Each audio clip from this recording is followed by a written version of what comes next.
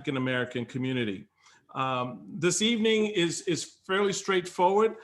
We've got two panels that will be held this evening. The first will be on the Black voter as a block, how that plays itself out, what it means in this upcoming election. And our second panel will be on overcoming voter suppression in 2020. In our first panel, we're going to have a great team of folks. Mark Morial will be with us, president of the National Urban League, Tara Setmeyer, journalist and political leader and senior advisor with us at the Lincoln Project. Michael Singleton, who's also a political advisor and all around strategic thinker in the political space. And Bakari Sellers, Democratic political strategist, will be a part of our first panel. Our second panel will invite Derek Johnson, president of the NAACP, Adrian Shropshire, executive director of the Black Pact, Doc Rivers, whom we all know as coach of the Philadelphia 76ers, and of course, David Clooney, who's the executive director of BA, the Black Economic Alliance. So we've got a full slate of folks. We've got a great team of people who are going to share some particular insights for you this evening. So let's begin the conversation to wet your whistle a little bit with this video. The men who followed this flag 150 years ago knew what it meant. Treason against their country, the death of a United States. America defeated the men who followed that flag. Those with honor surrendered and cast it aside forever. So why does it keep showing up today at events supporting Donald Trump? And why does he call the folks who carry it very fine people? I think there's blame on both sides, but you also had people that were very fine people. What does it say that they're all in for Trump? What does it say that he won't condemn a flag of hate, division, and losers? For us, it says this is a time for choosing America or Trump.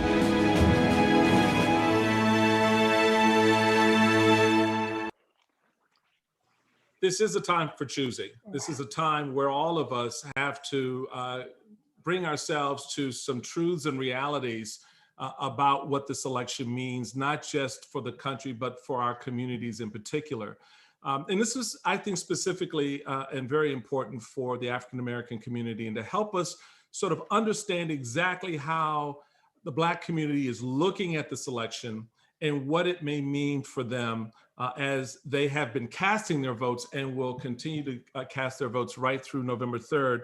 I'm very happy and pleased to welcome Terence Woodbury, who is the partner of HIT Strategies, and his team have put together an incredible analysis of the Black vote, where it is, and they're going to be releasing their findings on Black voters that include information about not just how we make up the majority of voters in places like Mississippi and Georgia, and almost a majority in South Carolina, but how this plays itself out relative to battleground states and the strategy that, quite honestly, the president has employed in trying to lure Black men into voting for him. So Terence, welcome, and I turn the floor to you to share your insights from the hard and strategic work you guys have been doing over at HIT Strategies. Thank you so much, Michael. I mean, we're in the final stretch, folks, and it's getting exciting. I'm very, very honored to have been able to go through the journey of this cycle with so many folks on this call, to be able to connect Black voters to their power with BEA, with Black Pact, with NAACP. I mean, we have some mighty, mighty powerful leaders on the front line of this. And because of their work, we've been able to really deep dive into the Black community, to understand their priorities, their attitudes, their behavior in this cycle. in a way that stretches beyond the limitations of most research, that stretches beyond Black voters as a single column, or even less than that as a POC column of a crosstab, but to really go into the nuance of Black voters, the diversity of Black voters. And that's really what we've been able to uncover here with so many of our research partners. So I'm honored to be here, and thank you all so much. I'm Terence Woodbury. I'm a partner at Hit Strategies, along with my partner Roshni Narangadi. We focus on a few important audiences here, on women and millennials and minorities, what we consider the ascending electorate, where all of the change, all of the rapid urgency and change is happening amongst these three audiences. And I can tell you right now, there's nowhere where the urgency is as great and where the need is as urgent as the Black community. And we see that every day, folks, in early vote. We see it in Georgia and in Texas and in Virginia. I like to joke around a little bit and say, you know, Donald Trump may have been more successful had he just disenfranchised Black voters privately, the way Republicans normally do. But once he got on that podium and started announcing to Black voters that their votes weren't going to be counted, that the post office was dismantling machines, I can tell you guys, Black voters are showing up in a way, and I think that we are really, really about to determine the outcome of this election. And I just want to talk you through a few trends and research that we've been seeing here. So Black voters make up 13% of the national electorate, up from 11.5 in just 2000. And I can tell you now, like, Black voters are not, the fact that Black voters' share of the electorate is increasing is less of a result of Black voter share of the population increasing, and more of a result of Black voter share of the electorate, share of the people who actually turn out to cast their votes. And that, I believe, is going to increase even more this year. I just heard a very, very fascinating statistic out of Georgia. Black voters in Georgia, Black seniors, Black voters over the age of 65 in Georgia have already cast more votes than they did in 2016. Black seniors in Georgia have already cast more votes than they did in the entire cycle in 2016. I can tell you right now, Black seniors are my favorite voters in the electorate because we know how they're going to vote, and we know that they're going to vote. And so I think that tells us something about what to expect from Georgia, and I believe that this is the year that we could actually flip Georgia. 29 to 40% of Black voters between the ages of 24 and 39, Black voters between the ages of 24 and 39 make up 29 to 40% of Democratic voters in the 9 battleground states are Black voters. And this is important because we have some interesting races here in 3 of the battlegrounds. I like to talk about the reverse migration of Black voters. In South Carolina and Georgia and Mississippi, Black voters are almost the majority of the Democratic electorate. And in all 3 of these states, we have an opportunity to send 3 Black men to the Senate. This is a story that is not just a story of South Carolina and Georgia and Mississippi. This is a story that matters to Black men in Detroit. This is a story that matters to Black men in Philadelphia. You know, every day I get to sit in focus groups with Black men who feel like they are not represented in either party. They're not represented in the political system. And so to be able to talk about the Black men that we have the opportunity to send to the US Senate, this is a story that will mobilize Black voters, not just in South Carolina, Georgia, and Mississippi. This is a story that we have the opportunity to mobilize Black voters across the country. And the example that I often give is, you know, AOC does not just represent a progressive left of New York. She represents the progressive left of Texas and the progressive left of Arizona and the progressive left of Colorado. There are young people all over the country that believe that AOC is the only person that represents them in Congress. And that is exactly what these 3 Black men have the opportunity to do for Black voters all across the country. And what's so important about that is that in South Carolina and Georgia and Mississippi, Black voters are almost the majority of all Democratic votes. In Georgia and look, in Mississippi, 71% of all Democratic votes come from Black people. In Georgia, 58% of all Democratic votes come from Black voters. And in South Carolina, 43% of all Democratic votes come from Black voters. So these are the kind of numbers that have the opportunity to empower and mobilize Black voters. And Black voters really do believe that they have the power to make a difference. This is a question we've been asking because there's a direct correlation between turnout and vote likelihood and the power that you perceive your vote to have to make a difference. And so the more power that you perceive your vote to have, the more likely you are to vote, which is why with BEA and Black PAC and NAACP, our goal has not been just to increase likelihood to turn out. Our goal has been to increase the perception of power that Black people believe that they have to make a difference in their communities. And we see here that 56% of Black voters feel extremely powerful to make a difference in their community. 55% of Black men and even 48% of younger voters, Black voters under the age of 50. And so this has to be our charge, and our final argument is not just to increase the likelihood that they tell people like me, pollsters, that they are likely to turn out, but that we increase the power that they perceive in their vote, because we're going to need that power beyond Election Day. We're going to need that power on November 4th. We have to re-engage them and keep them engaged for what is likely to be a very uncertain and unprecedented election. And finally, Black voters have a few very important priorities. You know,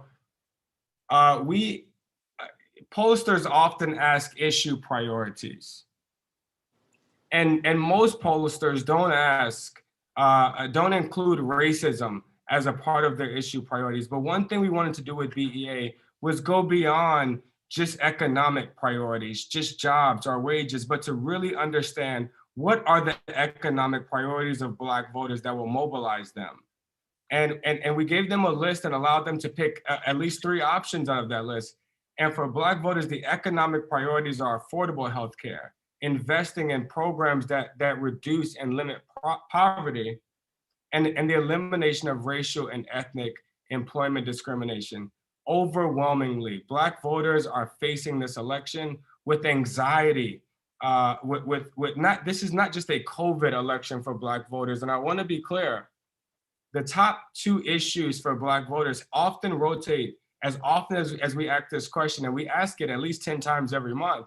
It rotates between racism and COVID-19. We know that COVID is affecting Black voters in a disproportionate way that is not affecting the rest of the country. But we also know that racism is a large umbrella for a lot of issues, for economic issues, for environmental justice, for the disproportionate impacts of COVID and other health impacts. And so this is an opportunity for us to lean into this election, but we have to lean in to race. As the president has declared a culture war, we have to lean in and give Black voters a place to land in this culture war. This poll was conducted between September 16th and September 26th. It included a sample of 1,500 Black voters across North Carolina, Wisconsin, and Georgia, what I believe are going to be 3 of the most hotly contested battleground states of this cycle. And we also included a couple of other statistics here from exit polls, Pew Research, the New York Times, and I'm sure we will have more time to talk through a lot of this data before this conversation is over. Terence, thank you very much, man. It's incredible insight into how Black voters are beginning to synthesize this election and what issues are moving them, and the fact that it's incumbent on candidates, whether they're running for local office or national office, to begin to focus on these types of issues in a significant way. Appreciate your taking the time to share that information. And this is going to be released and on the street, as they say, tomorrow, or it's out there now, or where can people find it? This has been released to the media today. It's going live tomorrow. Please access this information, utilize this information. There's a lot of content here that will tell us exactly how to mobilize Black voters and how do we make our closing argument in the last 7 days of this election. Thank you very much. Appreciate you, Terence. Quick little ad for you guys. Chew on this for a little bit.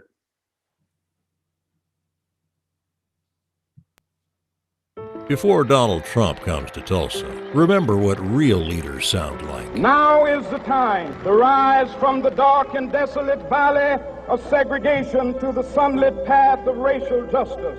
Too often we honor swagger and bluster and the wielders of force.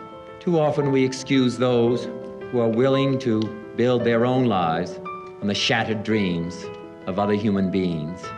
Now those who divide speak. And I say segregation now, segregation tomorrow, and segregation forever. I agree that looters ought to be shot, yes. On sight? On sight. The Negro and white citizen of this state are against the breakdown of law and order. You have to dominate the streets. Please don't be too nice. Very fine people on both sides. When you hear leaders speak, you know who they are, who they represent, and what kind of America they'll create. The Lincoln Project is responsible for the content of this advertising. It's important to know what kind of America our leaders will create for us, and it's important to know the role that we have in creating that. So with that in mind, I'd like to bring our first panel in.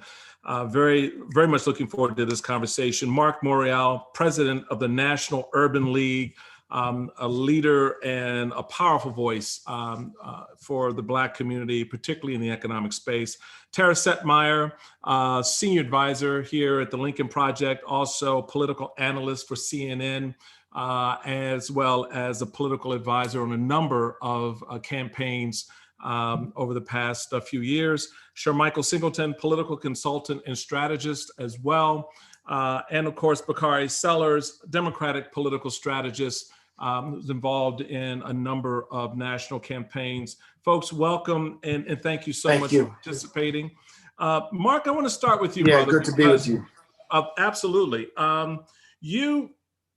You have had an enormous ability to sort of connect the dots, the economic and the social, the political and the community pieces that sort of evolve around how we move forward as, successfully economically. The Urban League has been around for 110 years. You guys have really kind of created that arc for Black engagement. How do you assess this election, particularly in light of the evidence that Mr. Woodbury put on the table for Black voters? What is the connection we should be making as we wind down these last 8 days? So first of all, let me thank the Black Economic Alliance and David Clooney, and certainly you, Michael, Mr. Chairman, for your long friendship and our association. To the other panelists, to the other people who have joined together to bring people this Black Coalition Town Hall. Let me put it succinctly: Black voters and Black people are enraged and outraged in a way that the only time I've seen this is when David Duke was running for governor of Louisiana back in 1991. The outrage and the repulsion is real, it's visceral, and it's motivating. This year, the prospect of COVID, the disparities in deaths and infections, the George Floyd killing on the streets of Minneapolis have simply added to this outrage.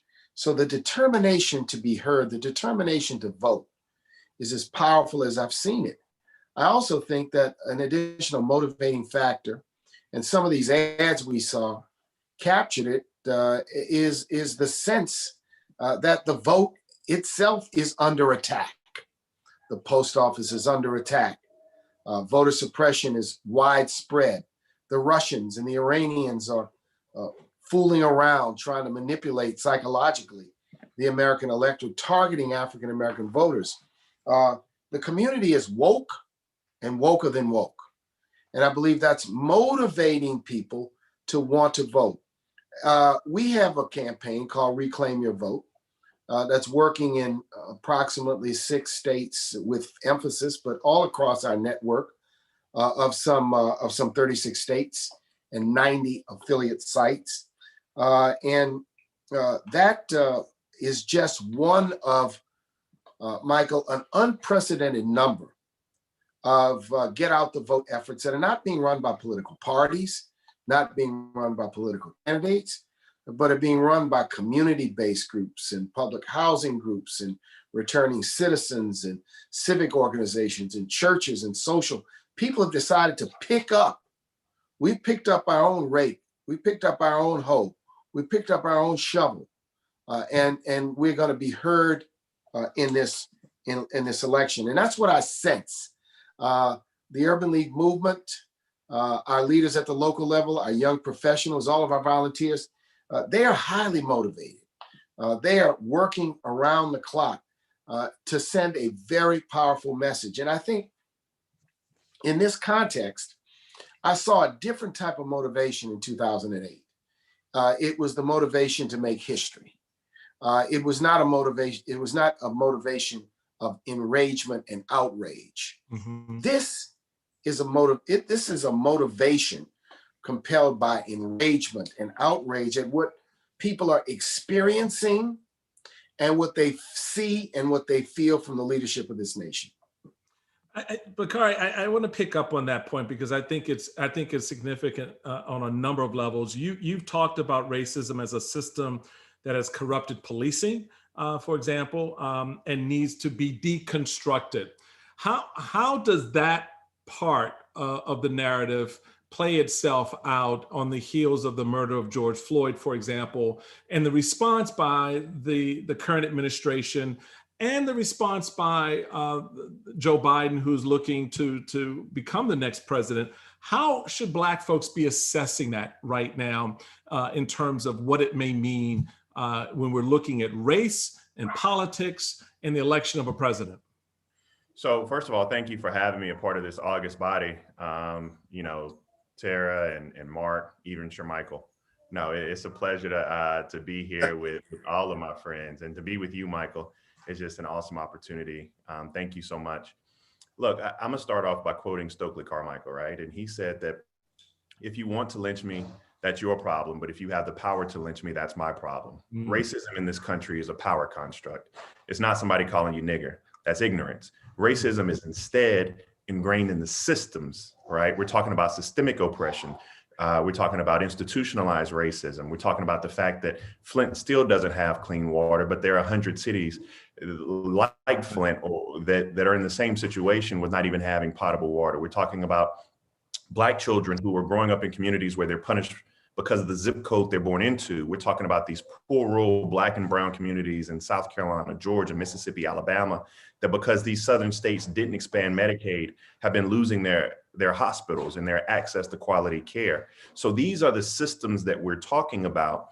And it was just so encapsulated in that 8 minutes and 46 seconds. Al Sharpton said it best. I had never seen one person give so many eulogies in 1 week, but Al Sharpton gave about 15 eulogies in that week. But he was so sharp that he was talking about taking your knee off of our neck. And it was so pervasive, and it was so powerful because it talked about all of these systems where Black folk in this country feel as if there is a knee on our neck. Now, there is a direct connection, and there's some people on this call who are older than I, but there's a direct connection and a direct corollary between the plight of Emmett Till and Jacob Blake and Breonna Taylor. There's a direct correlation between the 16th Street Baptist Church and Mother Emanuel AME. These are stories that are not new or unique to this time frame. We just have camera phones now so we can see them. But to be Black in this country has been a perpetual state of grieving. And you're starting to see that same energy that Mark Morial was talking about, that same energy is just catapulting people to the polls and taking Black people to the polls. It's an emotion. It's a Fannie Lou Hamer sick and tired of being sick and tired. And the last thing that I'll point out is Woodbury's analysis was so on point, because for far too long, white folk, particularly, and it's on both sides, liberals and progressives, liberals and conservatives, for far too long have been only talking to Black folk about criminal justice reform, right? Yes. Like that's all we care about. And it's very clear that the Trump administration, they only see us through two lenses. One is criminality, the other is suppression, right? Either they criminals or we're gonna keep them from getting to the polls. Those are the only two lenses.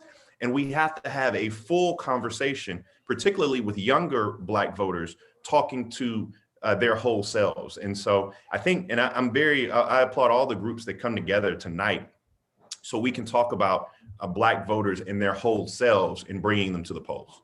So you read my mind, brother, because I just, that segue to the young voter, because that seems to be such an incredibly important linchpin in this election. A lot of folks generally discounting the youth vote in their participation, but particularly the Black youth. Sure, Michael, I've heard you talk passionately as a young Black man about the power of the vote beyond your political affiliation, beyond the politics. You talk about it in the sense of empowerment and ownership. You talk about it as you know, from a perspective of, you know, we're getting something here. The future's right here in our hands, and we have to be a part of shaping it. How does that play out particularly for young folks who are watching this now, may watch it later, and are sitting there thinking, man, this voting shit ain't it's cracked up to be. I don't know, you know, why bother? You seem to come at it from a different perspective. What would you say, and how do you connect the dots that Bakari just laid out there for a lot of young voters? Right. I mean, Chairman Still, it's interesting because as I made a lot of notes about Terence's analysis, he said 48% of young African Americans believe or feel extremely empowered right now. My question is, where's the other percent? What's their perceptions about this particular moment? And of that 48%, yeah, they feel extremely empowered, but do they actually realize or understand how to utilize the power that they feel they have beyond marching, beyond the vote? What comes next? That's always my question. After the election is settled, the person you voted for is in. What's next? Do we maintain that level of activism? Do we maintain holding those individuals accountable, or do we move on with our lives? And I've always been of the opinion that we don't have the ability to sort of be idle. When I think about African Americans from education, I think about home ownership, particularly for my group being a millennial. My brief time at HUD, one of the biggest concerns I had was home ownership for younger African Americans, which we know is the leeway into building wealth, sustainable wealth that can then in turn be passed on to generations. I started thinking about, well, how can I help my generation get to that point? I started thinking about education and access to education, right? We know more African American women and men alike are getting college education, but they spend 30 years, 40 years paying off that college debt.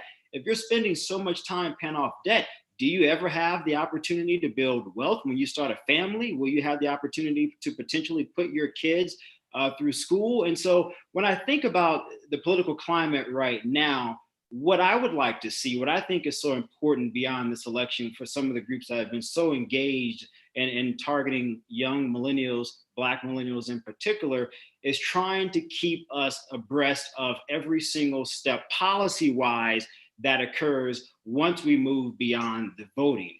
And how can we maintain our activism to continue to sort of be a nuisance, if you will, to hold politicians' feet to the fire to say, we gave you our vote. Now we want to hold you accountable. Here are the things that we would like to see that benefits us specifically. And if you don't meet those demands, then we will vote you out for someone else. And I think that is just so pivotal, because if not, then I think Chairman Stewart will see is we'll vote someone in office and 4 years will pass by, potentially 8 years. And then people will say, you know, I still feel disenfranchised. I don't feel much has happened to me. When I go home, for example, to my hometown of New Orleans, I talk to regular people there, regular people in my family. And they say, yeah, I vote, but nothing changes. I don't see anything around me getting better. I don't necessarily see my kids being better off. I don't see new jobs coming into my community. I still see the policing issue as maintaining the same level as it was before, perhaps with some changes here or there. Overall, I don't see my life being better. That has to change. And I think for millennial African Americans right now, we want that to change. The question is, how do you sustain our focus, if you will? And I think if we can figure that out, then I believe we can start to see some long-term progress that becomes sustainable for us and even our kids. Yet keep in mind, a lot of us are having children. I'm getting ready to have a kid in another year or two. I think about this all the time as I think about marriage with my girlfriend. And we talk, well, what are things going to look like 5 or 10 years from now when our kids begin to get older? Those are all questions that we're thinking about, and I don't have an answer for it. And that's a problem. Tara, you've got now the nexus of engagement, voter engagement. You've got the underlying race issues and tensions that derive from that. You've got what Shermichael was just talking about in terms of younger voters kind of looking at this and kind of going, I don't know if I want to be a part of that, or if I'm really, it's a part of me. How do you assess the Black vote right now? We hear this all the time. Oh, it's not a monolithic vote, but yet it votes very heavily Democratic. As it noted, it once voted very heavily Republican, all right, up until that change in the late 30s and right through the 1960s, where you had that transition from Republican to Democrat. But we do tend to sort of, stay with the team, if you will, through thick or thin, ride or die. Is that a good thing? What's behind that? And does it serve the ultimate purpose to at least, rhetorically not be monolithic, but the vote translates somewhat that way at times? Michael, this is an issue that we as conservatives for years would bring up, that, what is happening, that the Black vote is so tilted one way. Where did we go wrong? Why isn't our messaging getting through? And I can tell you that this whole nightmare of the last 5 or 6 years, culminating with the Trump presidency, has really opened my eyes as to why that is. And what we're seeing now is a reckoning. There is a racial reckoning happening in this country in a way that I don't think would have happened if it weren't for the Trump presidency. Mm-hmm. Because now, I get it, why certain constituencies within the Black community were unwilling to listen to what we had to say as conservatives, coming out and saying, listen, economically, this is what we believe in. Jack Kemp preached ladders of opportunity. That's what we want to create. We can't guarantee outcomes. We want to guarantee equality to access, right? All of those things were getting lost in the shuffle because of so many of the other underhanded things that were going on, and a lack of an acknowledgement of the systemic problems institutionally that are still in existence. And what we're seeing right now in the areas of health disparities with COVID and the failed response, a lot of people in white America had no idea about that, about the way that the health disparities impact minority communities. They don't think about it. Now it's in their face, and Black folks are saying, we've been trying to tell you. The same thing when it comes to the economics and the disadvantages that a lot of Black businesses have, and Michael brought up the topic of wealth and ownership. During the Bush years, that was one of the things that we pushed big time, was home ownership and investing in small businesses. We saw minority-owned businesses thrive until the financial crisis. But the point was that administration recognized that's how you build wealth, is through ownership. You don't hear that in this administration, to Bakari's point. This administration only looks at people of color through criminality, criminal justice reform. You should thank me because I let some of y'all out of prison. Really? Jared Kushner today and his ignorant comments about, we can put our policies out there, but Black folks, we can't make them want to be successful. I mean, that shows you everything you need to know about the way that the environment we're in is perceiving people of color. And then, of course, you have the issue of systemic racism in policing and the criminal justice system, and what we've seen, this incredible movement with the Black Lives Matter movement. That is another thing that has awakened people who had no idea that it was as serious as it is. You know, I'm thrilled that Doc Rivers is on this program with us. You'll hear from him later on. We share the coming from a law enforcement family background and having to face what's going on and be honest about what's happening within our police departments. You know, my husband is a federal law enforcement officer. He's a Black man. My grandfather was a police officer in New Jersey for 40 years. I bleed blue. I grew up in a law enforcement household. But it's time that we have to start acknowledging what's going on here. And all of these things, we are now as a country acknowledging it. So how do we change the messaging? That's been the issue. How do we get people involved? You tell them, listen, think about all the people who stayed home in 2016 in Wisconsin, in Milwaukee, in Detroit, in Michigan, in Philly, in Pittsburgh, in Pennsylvania. Donald Trump only won by 77,000 votes. That's 11,000 votes in Michigan. That's less than an NBA basketball game. 44,000 votes in Pennsylvania. That's less than a Penn State football game. Okay, that seats 100,000 people.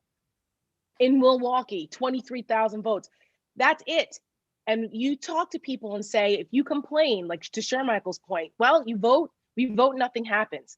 Well, guess what happens when you don't vote? You get what you have now.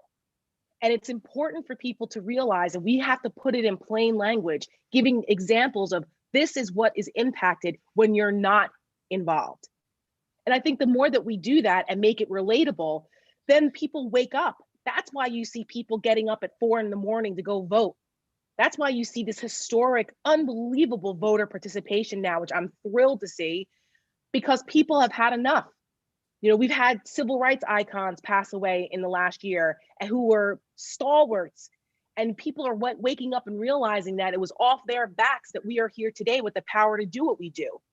Those legacies matter, and it's been passed now on to us. So I think that the more that we acknowledge the mistakes of the past, acknowledge what's happening now, we can no longer turn a blind eye to the systemic problems that we face, and remind people what happens when you don't get involved. I think that that's where we start. So Bakari, to that point, what do you tell folks in our community, regardless of age, background, demographics, whatever, who don't see the connection between their vote and the things that matter to them in their everyday lives? So what do we say to them? How do we help make that connection? See, that's a good question, because I love the way you framed it, because we've been talking too damn much. Like, it's time that we listen to these folk. And my liberal colleagues, sometimes we get in these ivory towers and tell people what they need and how we think they should operate and what we think they should do. I've been spending a lot of time with Black male groups. I was at a barbershop in Monroe, did the same thing in Greensboro and Raleigh. I was supposed to go down to Tampa this weekend, but they pulled it down due to COVID, and just an opportunity to listen. You know, when you're in these shops, just listening to the pain that a lot of these individuals are going through and the fact that they don't think anybody's done anything to lessen their plight, right? And, you know, when you just go in and listen, first thing, they're just happy somebody actually came without just telling them what to do, but actually listening to how they've been toiling in the vineyard for so long, right? And I think that that's the first step. You know, I said it earlier, it bears repeating, like, don't nobody want to hear who died for this right to vote no more. That don't work. I mean, as my father, I see everything through the prism of the movement. He was in SNCC, you know, he got shot. That's how I see things. But for a younger generation of voter, that doesn't move them anymore. They want to know, like, you know, talking to David Clooney over the BEA, they want to know about economic opportunities at the SBA. They all know about Robert Smith and Treasury. They all want to have these dreams for their family being able to thrive. Like, Black voters are tired of trying to survive. We want to have an opportunity to thrive in this country. And the difference between Jared Kushner and the rest of us is that our parents didn't have an opportunity to give us $10 million worth of property when we were 19 years old, because they were busy fighting so that we could actually survive in this country. They were pouring out their blood, their sweat, their tears. We are still one generation away from people who know what the smell of gun smoke smells like, laying on jailhouse floors. And so I think that it's necessary for people like us who have these opportunities to begin listening more. I think that's the number one thing we can do. Mark, I want to give you the last word as we round out this panel, because I think Bakari has just set the opportunity and the conundrum for the 21st century. Dr. King, looking out at that crowd, said, talking about, his dream, wasn't just talking to the folks who were standing in front of him. He was talking to Bakari, and he was talking to Bakari's children and their children. How do, given the venerable institutions like the NAACP, like Urban League, how do we create that bridge to what Bakari said, that the old narrative, and I use that with affection, the term old, that narrative doesn't move the generations now the way it moved my parents and even moved me as a young man. How do you see that? So I'll add some historical context, because today's young African American has come of age in the 21st century. So they've come of age with the Great Recession, which started 12 years ago. They came of age with Obama and the Tea Party, and they came of age in the era of Trump and Trumpism and white supremacy. And they've seen no results. No results.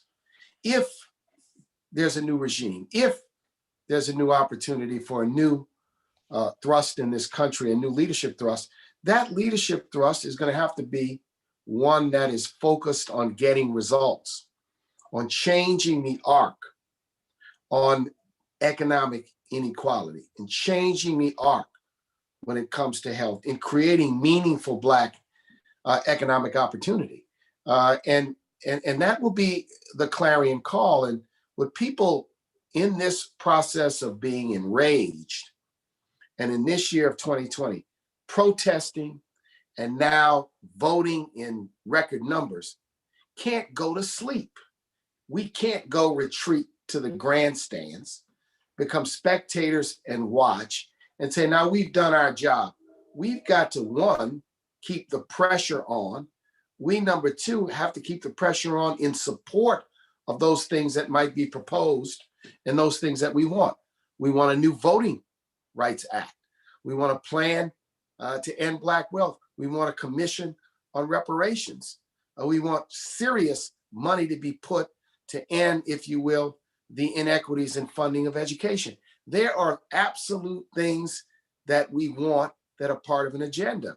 And that's where my voice is going to be. And I think the voice of many of us. But look, the historic civil rights organizations, no one should believe that the historic civil rights organizations believe we own exclusively the leadership of any movement. The most refreshing thing that's happened in the last half a dozen years has been the rise of a more activist, if you will, group of young leaders. The Black Lives Matter movement, new elected officials at the local level. I welcome that. I think it is positive, but now we have to consolidate, because it's going to be about the agenda and about results. Last thing I'll say, as an elected official, a local elected official, I got the opportunity to change the arc of my city on police reform, on jobs, on economic empowerment. And one of the things I don't want people to leave this conversation without understanding, it's not just about the presidency. It's not just about who's in the Senate and who's in the Congress. Crucially important, it's about those mayors. It's about those city council members. It's about those state legislators. It's about people who really impact day-to-day issues. So focus and accountability needs to be there as well as at the top. Mark Morial, Tara Setmeyer, Shermichael Singleton, Bakari Sellers, thank you so much for taking a moment to share your insights of the power of the Black vote as we are 8 days away from electing a new president that will set the stage for what happens next. And I'm so glad you took the time to be a part of this conversation right now. Before we move into our next panel, we got a little something to share with you. It's called Doc. It's just so sad. Just watching the Republican convention and Donald Trump and all of them talking about fear. We're the ones getting killed. We're the ones getting shot.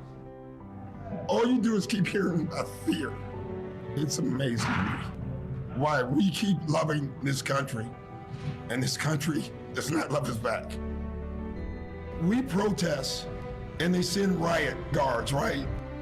We're trying to get them to protect us, just like they protect everybody else. You don't need to be Black to be outraged. You need to be American and outraged. And how dare the Republicans talk about fear?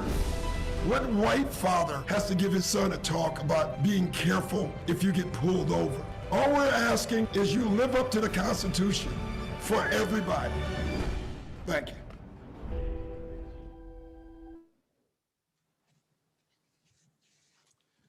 Powerful, powerful. And with that, I'd like to welcome to moderate our second panel, my buddy and friend and I should say co-worker, David Clooney, who is the executive director of the Black Economic Alliance. David, take it away.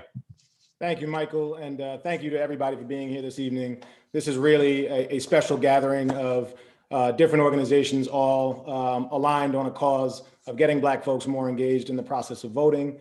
I'm proud that the Black Economic Alliance PAC put out the data that we did earlier today that we heard from Terence on, and it was really to demonstrate what our power is when we show up and when we are engaged. And it's my pleasure to walk through this with partners of ours, Derek Johnson at the NAACP, Adrian Shropshire at Black PAC, and Doc Rivers. It's really a pleasure to have you here. And we saw your words there, and I'll say, you know, as a Black man who, in my 40 years, despite my education and my professional achievements, understand exactly what you were talking about. As somebody who's been stopped, frisked, fit the description of somebody who's committed a crime 7 times, handcuffed, arrested, guns drawn, knee and back, not neck, but same difference. I understand, and every Black man I know understands, most Black people I know understand. Put that comment in context for the cheap seats, if you will, and really what it means in this moment as we're having this reckoning on race and we're having this moment in America right now. How is what you were talking about, which I felt at such a visceral level, and I think it resonated with so many people because even folks who didn't have those experiences I just described did understand why you were so emotional, but put in context what you were talking about and how this discussion is relevant. Yeah, it's a thank you, number one, to everyone. This is an amazing panel. The knowledge that has been bestowed on me in the last 30, 40 minutes has been unbelievable. And we keep learning, like we don't stop learning.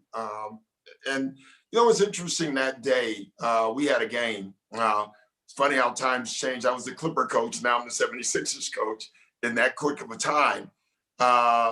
And they wanted me to say something before the game, and I emotionally couldn't. I could not. And the reason I couldn't is because the one thing I do believe is that we can march and we can protest, but we can still work and we can be effective in work. And I thought that if I talked before the game, I wouldn't be able to do my job that night. So I had to wait until after the game. And then after the game, it wasn't anything said, it came pouring out. The frustrating thing for all of us, all right? Just turn on TV and go to an old rerun. And Sanford and Son, I'm gonna use that as an example. I was recently watching it, and Lamont tells Fred to stop eating meat. It can give you a heart attack. And Fred Sanford said, wow, I thought the number one killer of Black men were the police. Now that was in 1972, and we're still talking about it. And so when you hear me speak, it's that frustration. You know, my dad was a cop, right? And the fact that my dad was a police officer and had to give me the speech is deep. It tells us that things are wrong. It tells us that the people who are doing the wrong know things are wrong, and yet it hasn't been fixed. This movement is different. The best part of this movement of late is that it's young. And us old folk like me, and I told all my coaches, it's time for us to do the listening and do the supporting. Because if we can get our Black youth involved, it's not just for this election, it's forever. And the power does shift, you know. The one thing we have to fight is that I don't want to get involved in politics. We have to fight that with our Black brethren. We do. You know, politics are not something that ever does anything for me. And the point I'm making to everyone that I can speak to is politics a part of your life, your daily life. Everything you do involves politics. So either you're going to get involved with it, or it's just going to keep controlling you. And then you're just going to sit back and complain about it. So it's not like it's chosen that we want to be involved. We need to be involved. We have to be involved. We do need a reckoning, and this is a reckoning. But we have a long way to go. You go to Germany, and there's no swastikas. It's illegal to have a swastika in Germany. There's markers on all the Holocaust homes. They have had a reckoning with they did something wrong. They're paying millions of dollars to the state of Israel because of the Holocaust. You know, the difference is for us, we are still living in the place where it happened. And so there's never been a reckoning. The economic outfalls of slavery still has us where we're at. And so that's what was pouring out that day to me. I think it needed to be said, and I think it needs to keep being said. I appreciate that. And you know, there's a saying that if you're not at the table, you're on the menu. Black folks have been on the menu for over 400 years, and it is absolutely our time that we take our place at the table. That's one of the organizing principles of the Black Economic Alliance. And I'm going to turn to Adrian in a second. But to your point on Sanford and Son, I think one of the most frustrating things is that we're having the same conversations we've been having over and over. I had the pleasure with a number of folks on this panel of speaking at the March on Washington this year, the 57th anniversary back in August. And you look back to 1963, it was the March on Washington for Jobs and Freedom. If you look at just the Black-white home ownership gap, for example, it's wider now than it was in 1963. We're asking for the same things 57 years later. And it is. Having said that, though, that's government. You know, we keep thinking that it's just people outside, right? Outside the government. These are government regulations that have hurt us from buying homes, that have not allowed us. The police are some of the people they have used to block polling places for voter suppression. So it's not that it's just people.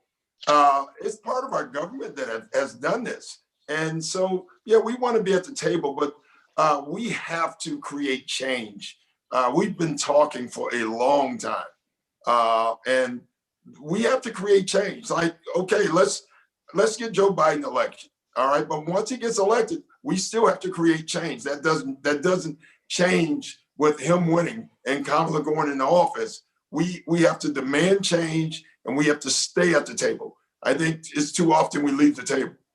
Absolutely, and that's what all of our organizations are about. And that's a perfect segue to Adrian, who, you know, similar to the Black Economic Alliance, Black PAC is a new kid on the block, if you will. You know, that we don't have the 100+ year history of achievement and advocacy for our community that the NAACP or the National Urban League do. But tell us a little bit about what caused you to found Black PAC, and what was the need for the organization, and what work are you focused on, particularly in this moment? Yeah, thank you, David. I appreciate Doc's comments, because they really are a reflection in many ways of how Black PAC came into existence. And while we are, we're 4 years old, although the last 4 years have made me feel like I am 100 years old, the sort of impetus behind it was to answer some of the questions actually the doc just raised. Not a question around what does the political infrastructure in our communities look like? How do we take what we have and build upon that?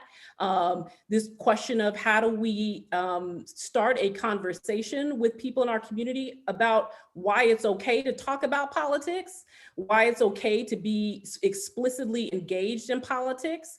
And, the sort of question about how do we, and this is, I think, was Michael's point in the earlier panel, how do we make sure that people understand the importance of elections, engage in elections, that we, talk to people during elections, help them understand what's at stake and who the candidates are, but then be very clear about the fact that our civic engagement, our political engagement, our activism can't end on election day. That it actually has to carry over, not just to the next day, but to the subsequent days, because that's the time when policy decisions start to be made about the very things that were raised inside or during the election, during the campaign. And that it really is part of our civic duty to ensure that the people that we elect into office actually make good on the promises that they made during the election. And so those were the questions that we were trying to answer. And it was a set of, Black PAC really came about out of a community conversation. Derek was a part of it. Terence was a part of it. That fundamentally was about what are the gaps in our political infrastructure? What do we need when we think about, and really this was trying to imagine what we might need in a post-Obama era.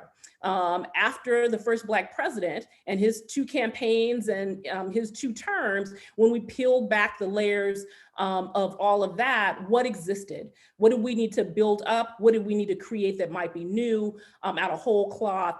And the thing that sort of emerged from our partners across the country, both local groups and state groups and some of the national organizations, was that it was important for us to have a political organization that was explicitly political, that could provide some,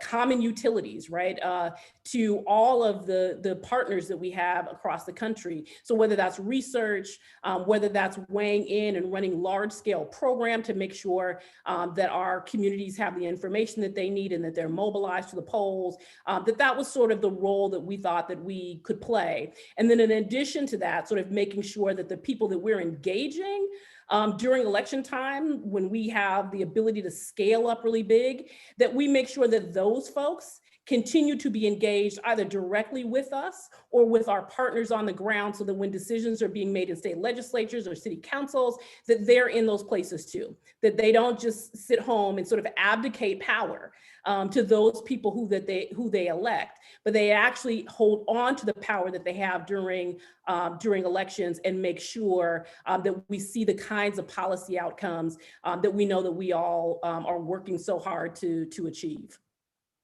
Appreciate that. And Derek, my brother, thank you so much for being here. You have been in this game a long time individually. The NAACP, we can see it over your shoulder, has been in this game over 100 years.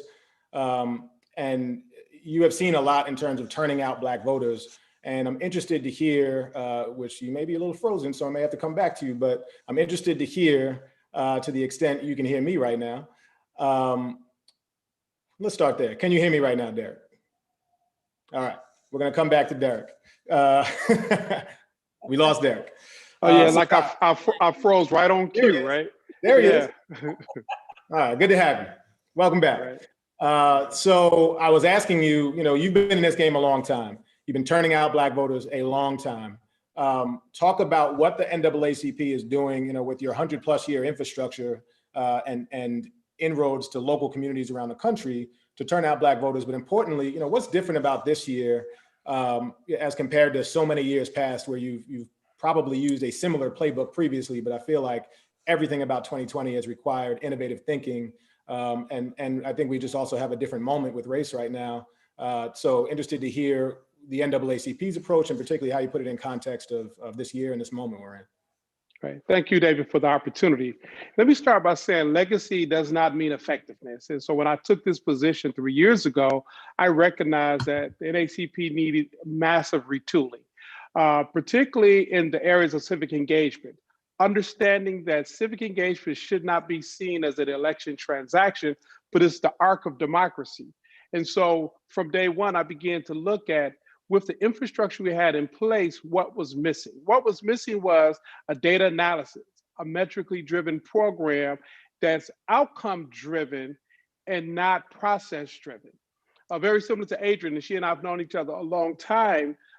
We as African Americans, particularly that play in the electoral space, civic engagement space, there are a lot of people who rush to the front of the line to talk about the analysis or talk about what the demands are, but there are not enough people who are doing the grind work to really touch voters in a way that's both scientific and consistent.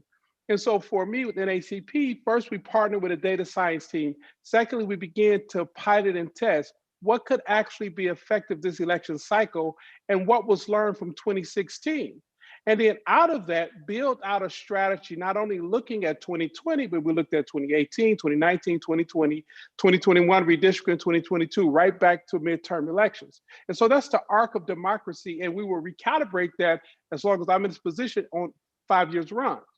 What we learned in 2016 was truly the power of social media and how it could drive a narrative that's counterproductive to our community, and how many in our community would buy into and pick up the narrative, which is one of the reasons why we launched the Stop Hate for Profit campaign along with Color of Change and ADL, because the power of Facebook would have had a much more disastrous impact on this election cycle if we didn't continuously have a spotlight on how they were allowing both domestic and foreign interests to try to sway the narrative.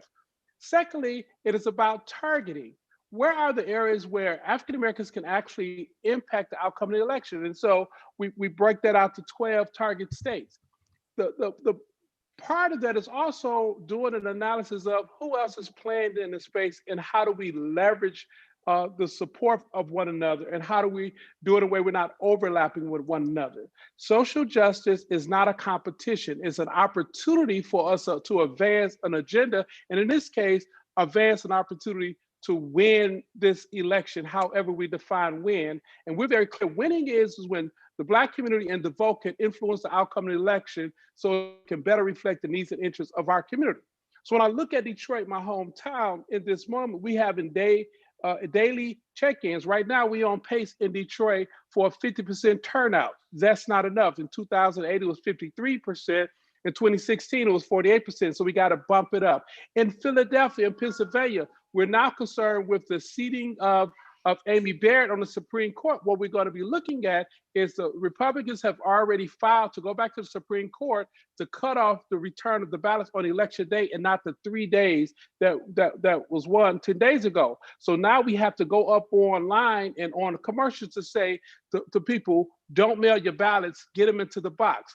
Looking at Texas and what is happening right now in Harris County, making sure that there is clarity about what the possibilities will be in South Carolina, going state by state, and then going deep. What can our units add to the value? And in some areas, having a real hard conversation.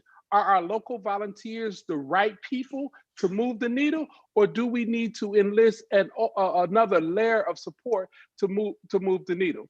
And then finally, David, and you was a part of the training we did for the Divine Nine.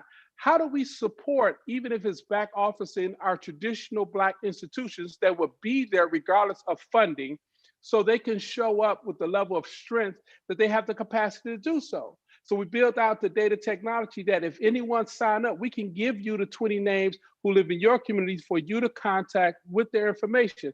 And today we've had 197,000 people to sign up in the target areas where we can actually move the needle. Legacy does not mean effectiveness, but we have to be looking towards outcome as opposed to outputs. I appreciate that. So Adrienne, back to you on Black voters.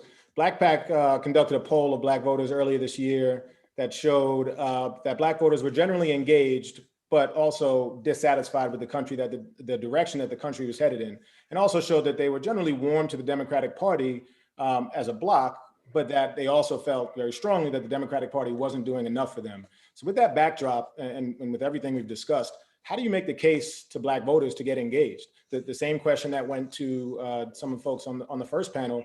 So much of what we hear is my vote doesn't matter. Why do I get engaged? I don't see it in my daily life. How do you make that case from the Black PAC perspective? Yeah, I really appreciated some of Bakari's comments, including the one about Black people being able to bring their whole selves into this arena.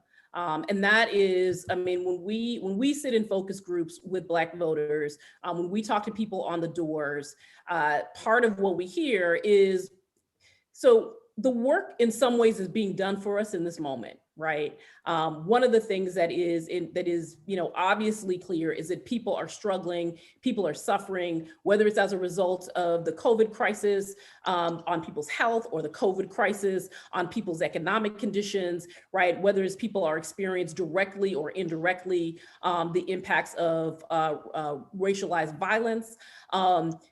Folks are pretty clear about whose doorstep that all sits at in this moment. So that is, the conditions are actually helping to clarify for people what's important in this moment. And the sort of reality outside of that, though, is that people have real material needs that are often not met. And this is sort of my point earlier about, we talk about things during campaigns, but they don't necessarily get implemented, acted on, or acted on to the degree that people need them to be transformative. And it isn't like people don't recognize that. And so part of our conversation with voters is one about the immediacy of this moment, about what is at stake right now.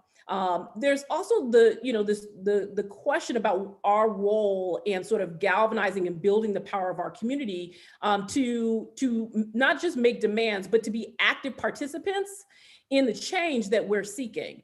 One of the things that we've been talking to people about is, we're not looking for saviors. We're not looking to elect saviors. Right, we're looking to elect allies who are going to work with our community to make the change that's necessary. We're really clear about what's needed. We know what the problems are. We know what the priorities are, and we even have some ideas, right, about how to solve the problems that face our community. Part of our job is to work with people to understand that there is a place and there is a role for them to be engaged, and whether that's through their local organizations that they get involved with, whether that's through deciding that they are going to run for office. It is so heartening over the last couple of cycles to see how many Black people have simply just stepped into the gap and said, I am going to run for office. I will be the person that will go into the fray and work to move the kinds of issues and move the agenda that our community needs moved. But people, we have to be very mindful of the fact that people's lived experience can't just be washed away with campaign ads, right? They can't just be washed away with Facebook ads. People are very clear about whether or not their life is better, right? From 4 years or 6 years or 8 years, actually. We talk to a lot of young people, and this is, I think we were talking a little bit at the beginning, that we talk to a lot of young people who are really struggling to understand why this matters. Someone asked in one of the questions, how do we get young people to understand the power of their vote? They understand the power of their vote. They're very clear about the power of their vote, which is why they withhold it, right? It's why when young people say, I'm gonna, in 2016, I'm gonna cast this protest vote for a third party candidate. They weren't doing that willy-nilly. They were very clear about what they were doing. It's our job, right? To talk to them about how we collectivize our power and how we direct it in such a way that it actually gets our community what we need, but that also helps to, I think people are very committed to and understand the sort of ideals and the values of this country. People believe in fairness and equality, right? If there are any people who believe in the ideals of this country, it's us. And so there is a way that we actually talk to people about those. We started last year this thing called Black Citizenship in Action. And the entire purpose of the project was to have a conversation with grassroots folks, with activists, about what it means to be a Black citizen in this country, to understand the history, the fight that it took to arrive at citizenship, how we continue to fight for our citizenship, but also most importantly, what happens when we embrace our citizenship, the role that Black people have played in this country when we wrap our arms around the notion of citizenship and we act on it. And those have been the most transformative times in this nation's history. So we try to have that conversation with folks. Who are we? And what is it that we are forcing to the surface? And what are the transformative ideas that we bring to the table and cause this country to embrace as its own? And so those are some of the conversations. And then there's just some real, again, material things that have to happen. People cannot just suffer economically. People cannot constantly be concerned about their children's education. People cannot constantly be concerned about whether or not, if they walk out on the street, whether it's a police officer or it's a white supremacist, that somehow they are in danger. And we've seen this uptick in people being very concerned about hate crimes. We have to address those issues in real fundamental and systemic ways. Otherwise, the question of what does it matter remains real for people. So we have to show and deliver on actual transformation and actual reforms that help people to see that there is a path forward if they participate in our politics. Absolutely. And Doc, I want to give you the last word, but before I do, I want to ask Derek a quick but important question about voter suppression. We talk about voter suppression often in the past as if it is a relic of the past. And we know it is very real, it is very present. Enemies, foreign and domestic, are targeting the Black community in particular, and they certainly understand the power of the Black vote. And I think particularly since the Shelby County v. Holder decision, essentially decommissioning Section 5 of the Voting Rights Act, we have seen just an onslaught of state-sponsored, in many cases, but just widespread voter suppression, and it is disproportionately, like so many other things, impacted the Black community. So interested in your perspective on what voter suppression looks like in 2020, and importantly, how you talk to voters about not being deterred by voter suppression and making sure that they go prepared, like people have been doing at the polls this year so well, to overcome any obstacles that are put in their way. So vote suppression exists. We know it. Tomorrow will mark 1 week before the election. One thing that I've always recognized in campaigns, we got to give people messages of hope. We have to lean in on the surplus narrative as opposed to the deficit narrative. And the best way you address vote suppression is overwhelm the system with votes, legitimate votes. And so you encourage people to go vote. Now, it exists. We know they're going to change polling places, times. Any number of things is going to take place. To stack the court, so if anything go before the court, they knock it out. But 7 days prior to the election, we need to start talking about how we're going to overcome all forms of suppression and how we're going to win. Because hope messages for the African American community, actually for progressives, is the winning strategy. And if you look at hope messages, it's typically in 5 words or less. Yes, we can. But if we don't have a hope message, the message of fear supersedes that. Make America great again. And I'm with her. That's not a hope message, make America great again, was the fear message that superseded. So 7 days out, I'm resisting talk about vote suppression by only saying we got to overwhelm the system with as many votes as we possibly can. So any suppressive methods that are being carried out, it becomes de minimis to the outcome. This game is a game of inches. It's a power game. It's a numbers game. And there are no one else we're going to persuade to vote one way or the other. This is all about getting everybody out to the polls that we can between now and the close of the polling place. November 3rd is the end of the election cycle. We must push people out with a hope message that this is our elections to win. And we also need to move away from the Black male narrative. 89% vote from any constituency group is a hell of a vote. You're going to have 11%, 12% of people who do something different. So I don't even want to talk about that anymore. Let's talk about how we're going to win so people can understand the value of their vote, and their vote is what's going to determine what type of society we're going to live in. One that looks towards 2030, or one that's going to be more like 1950. Absolutely right. And I'll go one step further and say, I think one of the things we've seen is long lines and underfunding of the administration of voting. And I'll do like Michelle Obama did over the summer and say, bring your chair, bring your, bring a jacket, bring some comfortable shoes, bring lunch. That's right. And I've been so inspired by seeing people wait in line for 8, 9, 10, 12 hours. You should not have to do that in the United States in what we say is a democracy. But I so appreciate seeing people out there, and they are determined, and they will continue to be determined between now and, like you said, Derek, the end of voting on November 3rd to make sure their vote is counted by any means necessary. So Doc, I want to give you the last word here. And race is not new to the NBA. It is not new to sports. You were coach of the Clippers back in 2014 when we had the really ugly Donald Sterling incident where we heard on tape, and it needed to be on tape, just like a lot of these police shootings need to be on tape, but we heard it. Amen.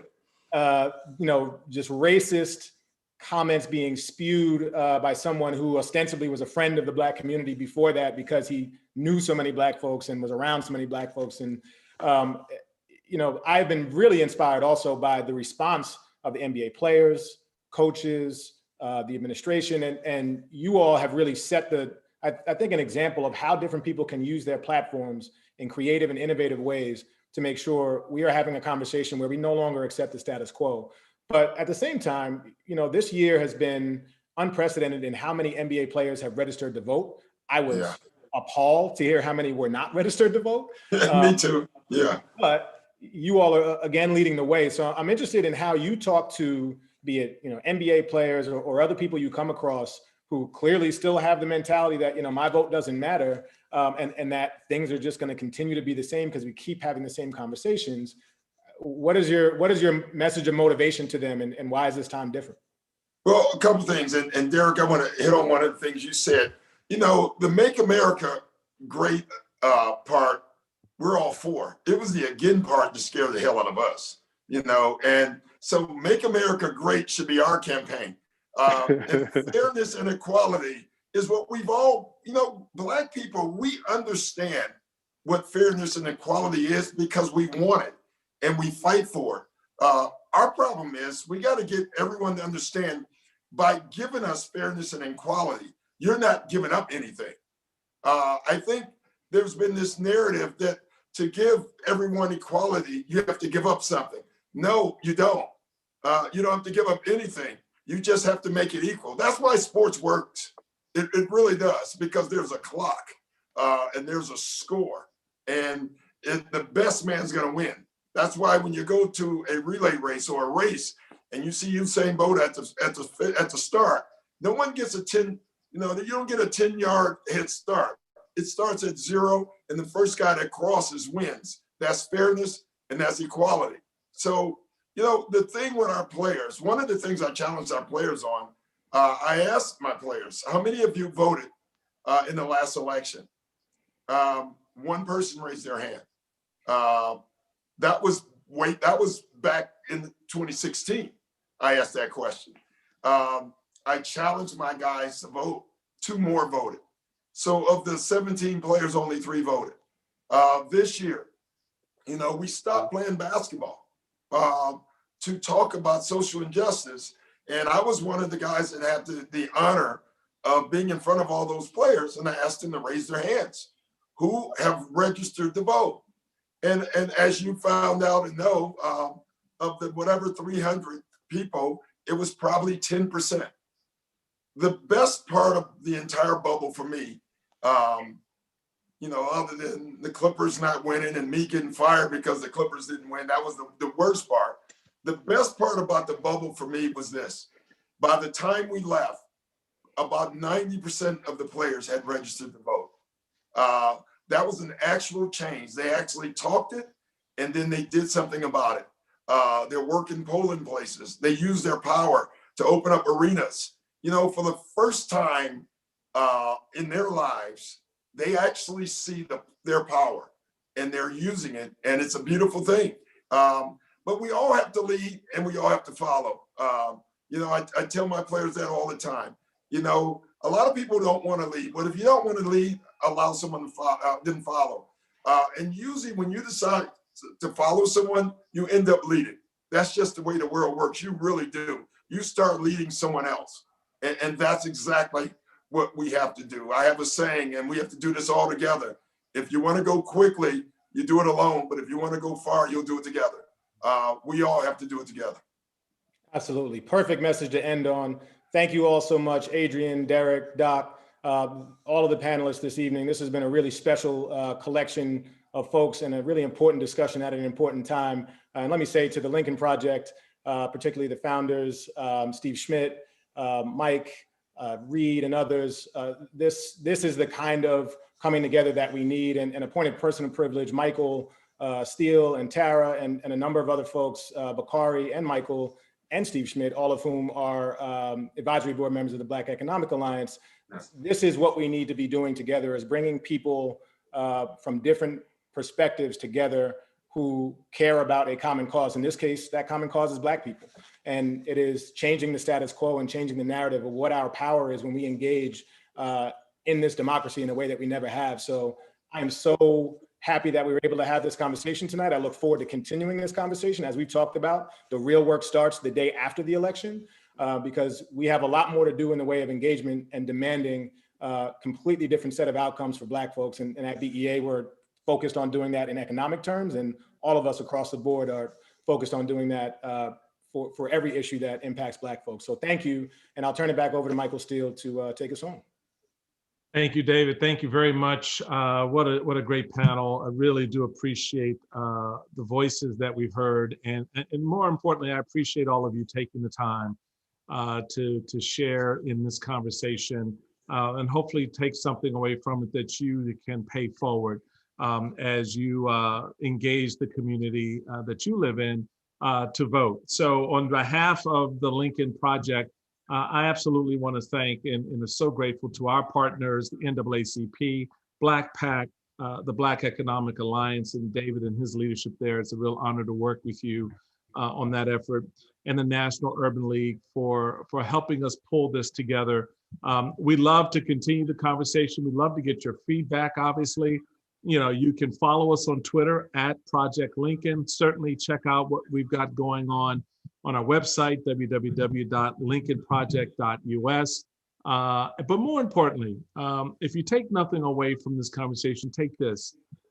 This is a transformative moment because you have a power that was given to us in our Constitution, in our founding documents.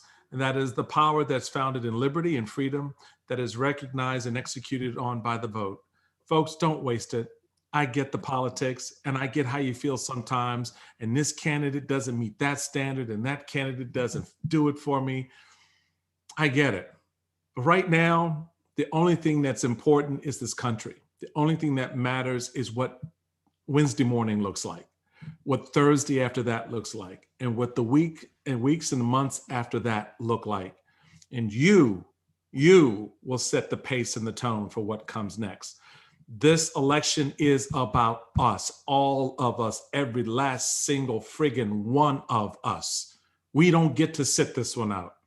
We don't get to pretend someone else is carrying our vote this time. We don't get to think about the future. You need to act on it right now through your vote. And when you go vote, plan to vote. I know the lines are long, and I know a lot of issues going on out there. Plan to vote, plan to stay engaged, and don't you dare back off the line you're in when you're there to vote. No one can pull you out of that line. There's not a poll watcher on this planet that can take that vote away from you. And speaking of poll watchers, if they're not registered with the county and they're not registered with the state board, they ain't a poll watcher. All right? Know what rights you have and be prepared to go out there and execute that right when you vote. So thank you guys so much for taking a moment to be a part of this conversation. And we look forward to seeing you at the ballot box. Good night.